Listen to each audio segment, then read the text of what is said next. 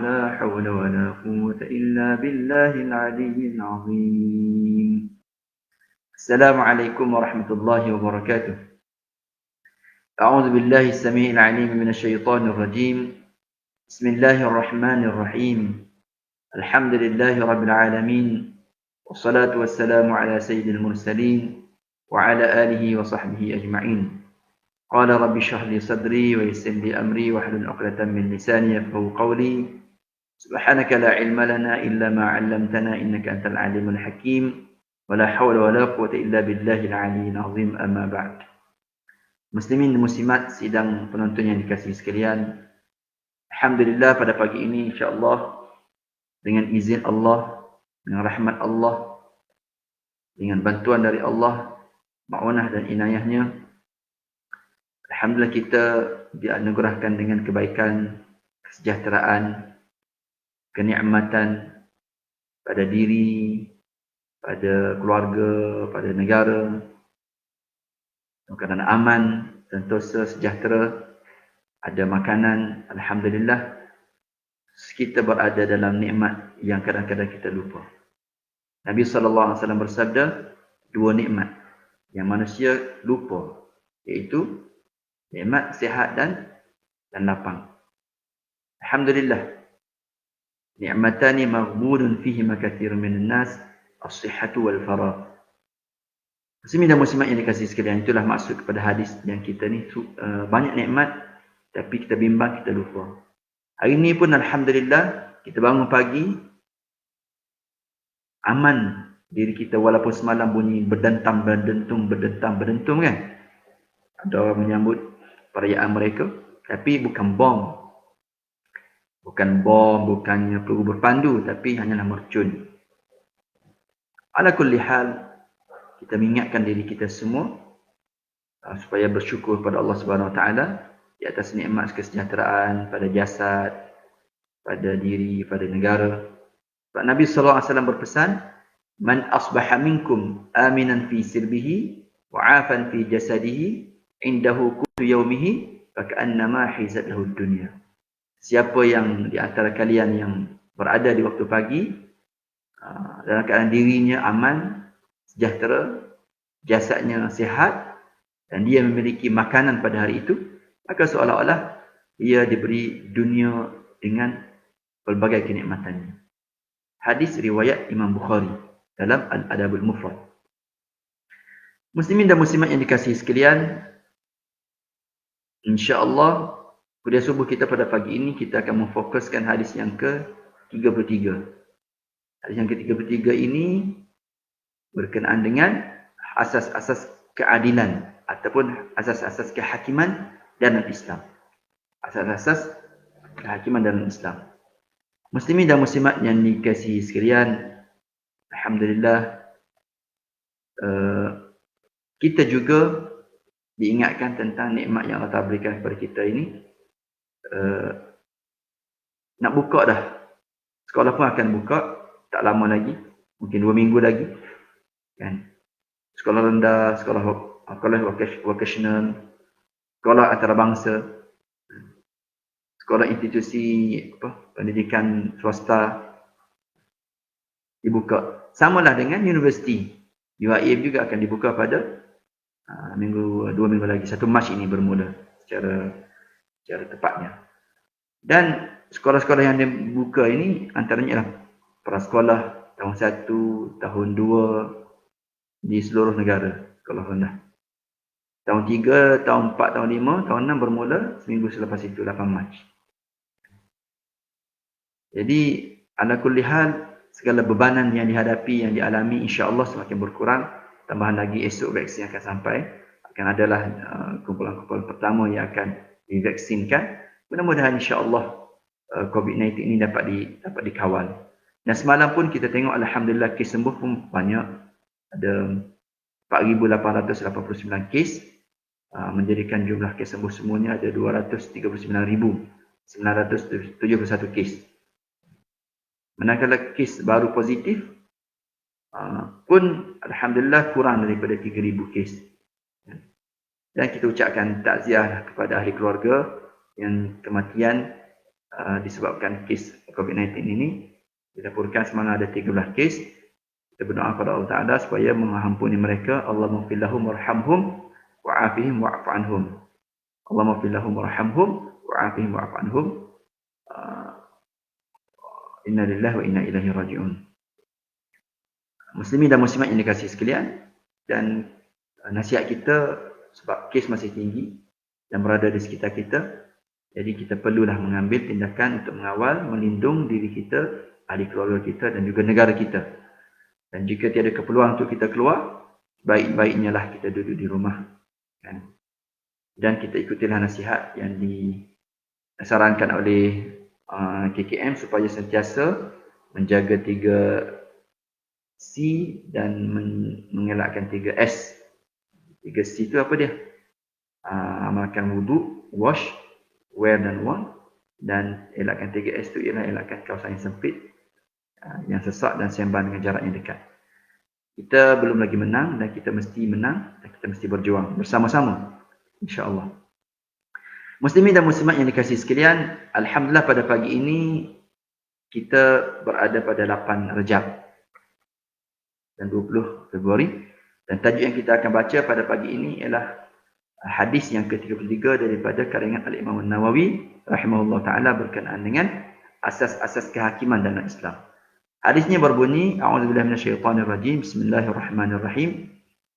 An Ibnu Abbas radhiyallahu taala anhuma anna Rasulullah sallallahu alaihi wasallam qala law yu'ta an-nasu bida'wahum ladda'a rijalun amwal qaumin wa dima'ahum lakinnal bayyinata 'ala al-mudda'i wal yaminu 'ala man ankara.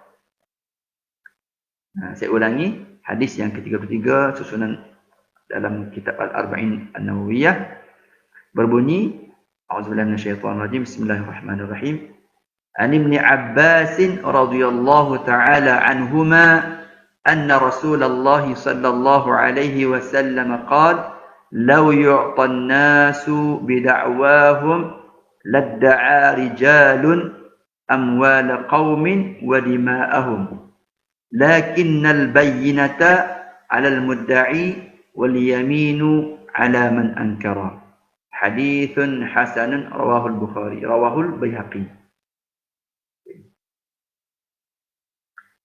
Hadis ini hadis hasan, diriwayatkan oleh Al-Imam Al-Baihaqi dan imam-imam lain. Dan sebagainya terdapat dalam Sahih Bukhari dan Muslim. Maksud hadis ini daripada Ibnu Abbas radhiyallahu taala anhuma bahawa Rasulullah sallallahu alaihi wasallam telah bersabda, sekiranya manusia ini diberikan setiap tuntutan dan dakwaan mereka, nescaya ramai orang yang akan menuntut harta dan darah kaum lain, iaitu menuntut bunuh balas. Akan tetapi mestilah tuntutan itu berbukti, mempunyai bukti keterangan bagi pihak yang mendakwa dan sumpah bagi orang yang tidak mengaku. Muslimin dan muslimat yang dikasihi sekalian, ini menggambarkan kepada kita asas-asas kehakiman dalam Islam. Iaitu orang yang menuntut mestilah membawa bukti dan orang yang menafi mestilah bersumpah. Hadis ini juga menerangkan tentang sikap dan tabiat buruk manusia, kebanyakan manusia lah, di mana mereka gemar mendakwa sesuatu yang bukan milik mereka. Dan sekiranya semua dakwaan mereka itu dituruti, nescaya akan punah, kecohlah sistem kehidupan manusia ini. Dan secara tidak langsung, ia membayangkan bahawa banyak persengketaan, banyak pergaduhan dan malah perbunuhan dan peperangan yang berlaku di kalangan manusia ini, kebanyakannya membabitkan soal harta dan soal kekayaan. Dan Islam mengawal keadaan ini. Untuk menghadapi kes tuntutan dan dakwaan seumpama ini, Islam membawa suatu kaedah. Islam membawa suatu kaedah kehakiman yang hakim dan bijaksana. Iaitu, setiap orang yang mendakwa sebarang tuntutan mestilah mengemukakan bukti, mengemukakan keterangan yang menyokong dakwaannya. Sementara orang yang didakwa itu pula mestilah bersumpah sekiranya dia menafikan tuduhan itu. Dan agama Islam ini agama yang adil. Agama yang menyelesaikan masalah umatnya secara adil dan tak saksama. Dengar dua-dua pihak. Yang mendakwa pun didengar, yang didakwa pun didengar. Diberikan hak masing-masing untuk berhujah dan membela diri. Cantik Islam ini. Jadi kalau kita tengok, hadis ini penting untuk kita bincang kerana hadis ini adalah salah satu daripada kaedah hukum syarak yang besar. Syekhul Islam Ibn Daqiq Al-Aid pula berkata, hadis ini adalah salah satu daripada prinsip hukum dan tempat rujukan terbesar ketika berlakunya pertentangan ataupun perselisihan. Muslimin dan muslimat yang dikasihi sekalian, antara makna maksud kalimah yang ada dalam hadis ini, itu yang pertamanya yu'tan nas. Manusia diberi. Apa maksud manusia diberi? Diberi apa yang didakwa itu. Kalau diberi apa yang dakwa, kita beri dakwa, kita beri sebagai hak mereka dan juga tuntutan mereka, diberikan hak. Bidakwahum, semata-mata dakwah mereka. Bidakwahum, semata-mata dakwah mereka. Maksudnya, dengan hanya dakwaan, dengan hanya permintaan mereka, tanpa ada sesuatu yang boleh mensabitkan bahawa itu adalah hak milik mereka, maka kita beri bidakwahum. Jadi kalimah dakwa di sini mengikut istilah fuqaha ialah kata-kata yang diterima di sisi hakim, bertujuan untuk menuntut hak yang ada pada orang lain ataupun menafikan hak orang lain. Dan kalimah ladda'a rijalun. Ladda'a rijalun maksudnya akan ada sebahagian manusia yang mendakwa. Maksudnya sebahagian manusia yang akan mendakwa sesuatu yang bertujuan untuk menghalalkan darah ataupun untuk mendapatkan harta orang lain, serta menuntutnya sekalipun dia tidak mempunyai hak terhadap harta tersebut. Al-bayyinatu maksudnya bayyinah saksi. Al-bayyinah saksi. Termasuk dalam pengertian al-bayyinah ini juga ialah pengakuan orang yang didakwa, orang yang dituduh, dan pembenarannya terhadap tuduhan itu. Al-yamin, al-yamin ini sumpah. Sumpah ini bermaksud menafikan tuduhan itu. Al-yamin ala man ankara, orang yang diminta bersumpah itu, orang yang mengingkarilah. Dia diminta untuk bersumpah untuk menolak dakwaan itu. Jadi muslimin dan muslimat yang dikasihi sekalian, kalau kita tengok di sini ada ketinggian perundangan Islam. Ketinggian keagungan perundangan Islam. Kerana Islam itu adalah manhaj, cara hidup, sistem hidup manusia yang saling menyempurnakan di antara satu sama lain. Dalam Islam ini terdapat akidah yang suci. Islam mengajar ibadah yang sahih. Islam menyeru kepada akhlak yang mulia dan juga perundangan yang tinggi, yang menjamin hak bagi setiap yang mempunyai hak dan menjaga darah, harta dan kehormatan setiap individu. Oleh kerana kehakiman ini adalah rujukan asasi dalam menyelesaikan perselisihan dan perbalahan, serta merupakan hukum yang muktamad dalam merealisasikan hak dan menjamin hak supaya dapat dinikmati oleh pemiliknya, maka Islam telah meletakkan kaedah dan peraturan yang boleh menghalang orang yang rosak jiwanya, yang jahat, daripada melampau ataupun bermaharajalela, terutamanya ketika menuntut hak mereka. Di samping itu, menjaga umat ini daripada dipersia-siakan ataupun dizalimi secara tidak benar. Dan sebaik-baik contoh kepada perkara ini ialah hadis inilah. Hadis yang kita bincangkan ini yang mensyaratkan tentang dan mensyaratkan secara terang dan kuatnya hujah bagi memastikan kebenaran tuduhan dan kemestian beramal dengannya. Jadi hadis ini juga menetapkan apakah hujah yang mesti dikemukakan oleh pendakwa dan tertuduh, yang mana dengannya hakim dapat mengetahui kebenaran serta dapat mengeluarkan hukum berdasarkan hujah tersebut. Jadi muslimin dan muslimat yang dikasihi sekalian, itulah banyak lagi lah kefahaman yang kita dapat ambil daripada hadis ini sebenarnya. Tetapi di samping itu, satu perkara yang perlu diberikan perhatian bila kita ni menjadi orang tengah kepada penghakiman orang yang mendakwa dan didakwa. Kalau kita ni diminta untuk menjadi orang tengah, pendamai ke, hakim ke dan sebagainya, maka kita mestilah berlaku adil. Kan? Mesti berlaku adil. Dan hukuman itu mestilah berdasarkan pengetahuan kita. Sekiranya hakim ataupun qadhi mengetahui hakikat sebenar dakwaan yang dikemukakan, maka dia tidak boleh menjatuhkan hukuman berdasarkan apa yang diketahuinya. Tetapi dia mesti menjatuhkan hukuman berdasarkan hujah-hujah yang kuat yang dia bawa oleh pendakwa ataupun tertuduh. Sekalipun hujah-hujah tersebut bercanggah dengan hakikat sebenar yang diketahui. Dan dalil kepada masalah ini ialah hadis yang diriwayatkan oleh Al-Imam Bukhari dan Muslim daripada Ummu Salamah radhiyallahu taala anhu bahawa Rasulullah SAW bersabda, "Innama ana bashar." Aku ini manusia. Wa innakum takhtasimuna ilayya. Dan kamu bertelagah datang kepada aku. Wa la'alla ba'dakum an yakuna alhana bi hujjatihi min ba'd wa aqdi lahu ala nahwi ma asma'u. Mungkin sebahagian daripada kamu lebih fasih berhujah daripada sebahagian yang lain.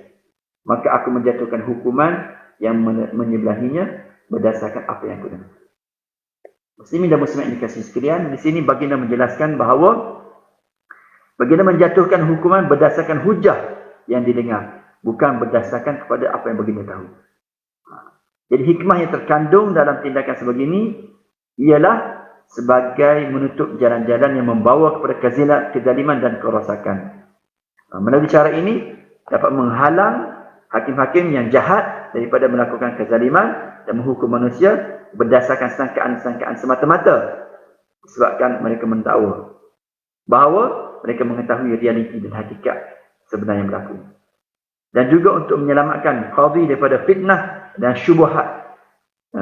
Ketika mana keputusan qadhi itu tidak menepati kehendak kedua-dua pihak yang berselisih. Jadi dengan itu mereka menuduh hakim pilih kasih, berak sebelah, menerima rasuah dan sebagainya. Ramai orang sedang mempertikaikan kehakiman pada hari ini ataupun kita kata berniat jahat kepada sistem kehakiman dan sebagainya. Dipanggil apa istilah sekarang saya? Semalam pada kes menghina mahkamah. Kes menghina mahkamah. Kemudian kita tahu bahawa orang yang adil dalam memberikan hukum ini dia akan dapat pahala. Kerana wajib bagi hakim itu berusaha mengetahui segenap sudut dakwaan dan memutuskan hukuman berdasarkan kebenaran yang dicapai melalui ijtihadnya, yang mengikut zannya yang betul. Ini berdasarkan kepada hadis Nabi SAW yang diriwayatkan oleh Imam Bukhari daripada Ummu Salamah radhiyallahu taala anhum. Apa bunyi hadis ini? Fa ahibba annahu sadaqa fa aqdi lahu bidzalika. Aku mengira bahawa ianya benar dan aku menghukum baginya. Bila perkara tersebut dilaksanakan, maka hukuman yang ditetapkannya adalah berdasarkan kepada keadilan dan beliau diberi ganjaran. Sama ada hukuman tersebut menepati kebenaran dan hakikat yang sebenarnya ataupun tidak. Ini kerana beliau telah menjalankan kewajipannya, iaitu mencari kebenaran dan menjatuhkan hukuman berdasarkan hujah zahir yang ditaklifkan kepadanya.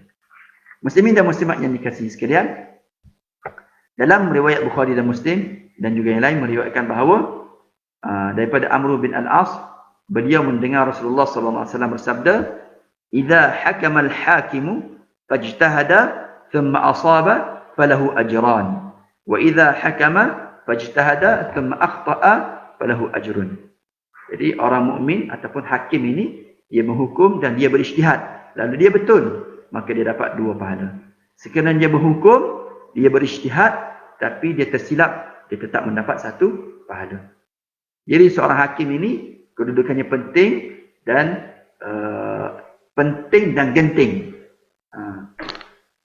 Di antara ayat ataupun di antara syarat yang orang yang ingin menjawab jawatan hakim ni ialah mestilah mengetahui hukum halal dan haram yang terdapat dalam syariat.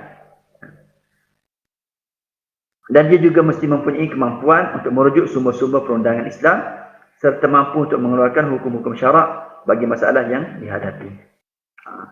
Lepas itu, jika dia ditaklifkan, maka seperti yang kita ketahui, dia kena berijtihad, mengkaji, kena meneliti dan menjatuhkan hukuman dengan apa yang dirasakan benar. Dan jika dia menjatuhkan hukuman tanpa berfikir ataupun berusaha mencari kebenaran ataupun jahil tentang syariat Allah, maka dia berdosa.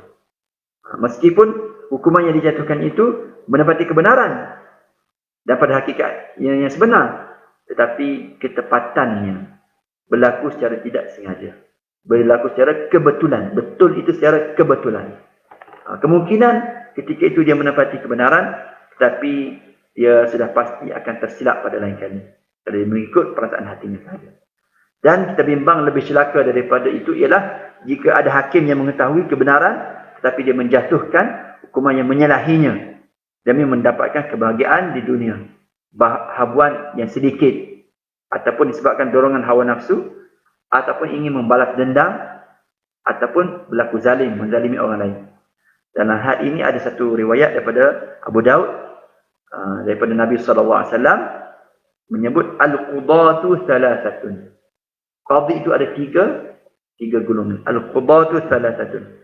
Wahidun fil jannati wa thnani fil nar. Fa amma alladhi fil jannati farajulun 'arafa al-haqqa faqadha bihi.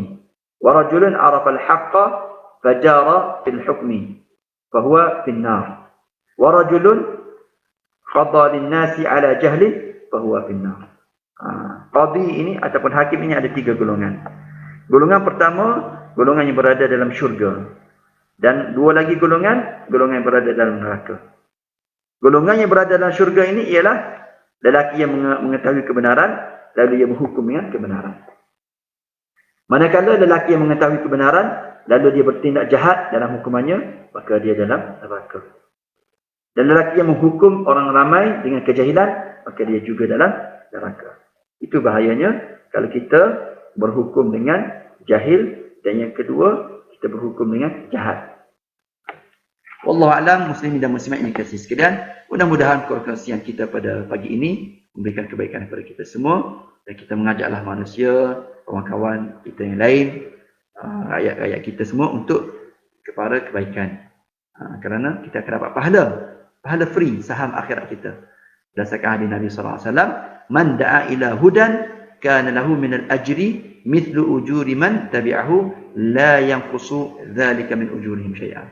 Siapa yang menyuruh kepada kebaikan, maka dia akan dapat pahala, dan juga pahala orang yang mengikutinya tanpa mengurangi pahala orang yang mengikutinya sedikit pun. Dan orang yang menunjukkan satu kebaikan itu dia akan mendapat pahala seperti mana orang yang melakukannya berdasarkan hadis man dalla ala khairin falahu mithlu ajri fa'ilihi. Muslimin dan muslimat yang dikasihi sekalian, kita akhiri dengan bacaan doa. A'udzubillahi minasyaitonir rajim. Bismillahirrahmanirrahim. Mudah-mudahan Allah Taala akan mengangkat bala dan dosa dan doa dan bala daripada negara kita ini. A'udzubillahi samii'il 'aliim minasyaitonir rajim. Bismillahirrahmanirrahim. Alhamdulillahirabbil alamin. Allahumma shalli ala Muhammad wa ala alihi wa sahbihi ajma'in. Allahumma fa'anna syarral bala' waj'alhu bi fa'idati la darar wa la dirar. اللهم استرنا فوق الأرض وتحت الأرض ويوم العرض عليك. اللهم إنا نسألك بعدد قطرات المطر تفريجا لكل هم واستجابة لكل دعاء وشفاء لكل مريض ورحمة لكل ميت. اللهم اسقنا الغيث ولا تجعلنا من القانطين. اللهم في يومنا هذا اكتب اليسرى لمن يعاني من العسر والراحة لمن به هم والسعادة للمخزون والشفاء للمريض والرحمة للميت والإجابة لمن دعا برحمتك يا أرحم الراحمين. اللهم إنا نعوذ بك من جهد البلاء ودرك الشقاء وسوء القضاء وشماتة الأعداء. اللهم إنا نعوذ بك من المأثم والمغرم. اللهم إنا نعوذ بك من البرص والجنون والجذام ومن سيء الأسقام. ربنا آتنا في الدنيا حسنة وفي الآخرة حسنة وقنا عذاب النار. صلى الله على سيدنا محمد وعلى آله وصحبه وسلم والحمد لله رب العالمين والعفو منكم. أقول قولي هذا وأستغفر الله العظيم لي ولكم والسلام عليكم ورحمة الله وبركاته.